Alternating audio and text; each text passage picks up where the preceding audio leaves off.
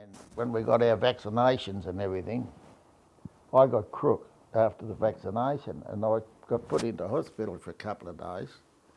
And I was actually in the hospital when they came in and they called for volunteers for the 39th Battalion.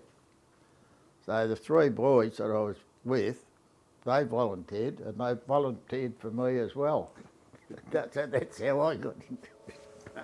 On Christmas Day 1941, the day before we left to go to New Guinea, my dad and mother and my sister and my then girlfriend came up to say goodbye to me and brought a cutlets with them.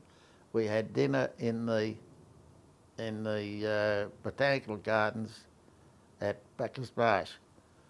My father was a returned soldier from the First World War. He'd served on the Western Front in France and so on.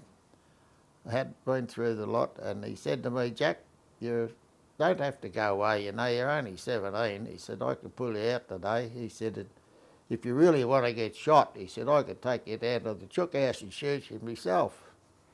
But he said, "If you don't get out of the army today, if you say no to me today," he said, "don't ever ask me again." And I did. Is that all right?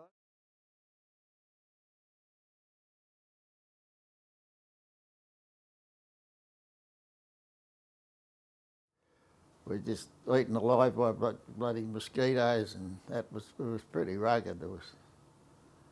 It wasn't real good, you know. We didn't have a tent or anything. We just slept on the ground. Yeah.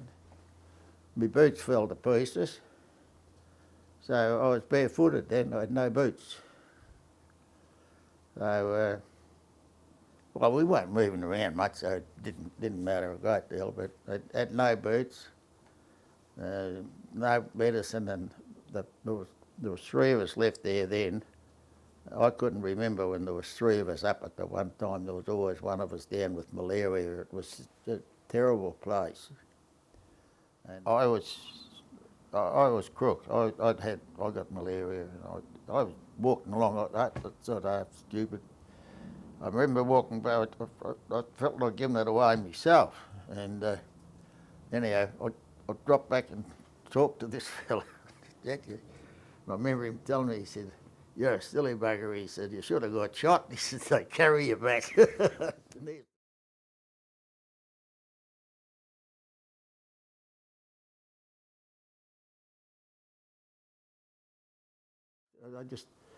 They were all in a pretty bad way, you know.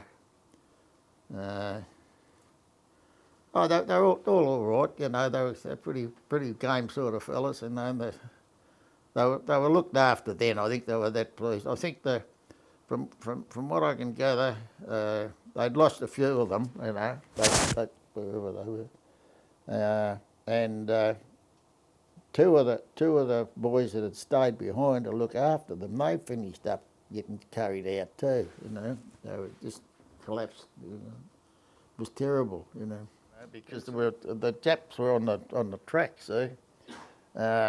We camped in a village. There was a native garden, and there was a little bit of a lean-to on the corner, and we could see down into the huts in the thing where the Japs were. And I was half hazy about it myself because I was that damn crook. I was in a coma nearly myself. I know we were out for 13 days. It took us to go up and back anyway. And coming back, I'd say that they were about 4 days behind the lines for me. Yeah. I was straight back to hospital. I was crook, and while I'm there, Dr. Bruce, I think his name was, he came round one morning and he said to me, he said, "Listen, son," he said, "the war's over for you." Anyhow, I finished up. I was in hospital, just straight in, straight out, straight back. As soon as they got out, I got malaria again, and I was back in the hospital. So I finished up. They sent me to Warwick. Sent me further south. So I was in and out of hospital there three times, straight in. I was just that full of it. I went away with the 39th Battalion, and when I was 17, I had my 18th birthday out in the bush. We were sent out in the bush as an aircraft spotter, and I was out there for 6 months. When I got back, I was invalided out of New Guinea, back to Australia, and I was still only 18. And the young people have taken more interest in it now. They're starting to realise what happened. It's terribly hard to explain to anyone that hasn't been there. I mean, because I think it saved Australia. That's the most important thing. We didn't do it for nothing, you know. That's all I can think of, I think. People don't realise how close, I don't think they realise how close Australia went to going. Cause I know if Moresby had gone, we'd have been gone, you know, there's no two ways about it. We'd have never got out of it. I just can't imagine what would have happened.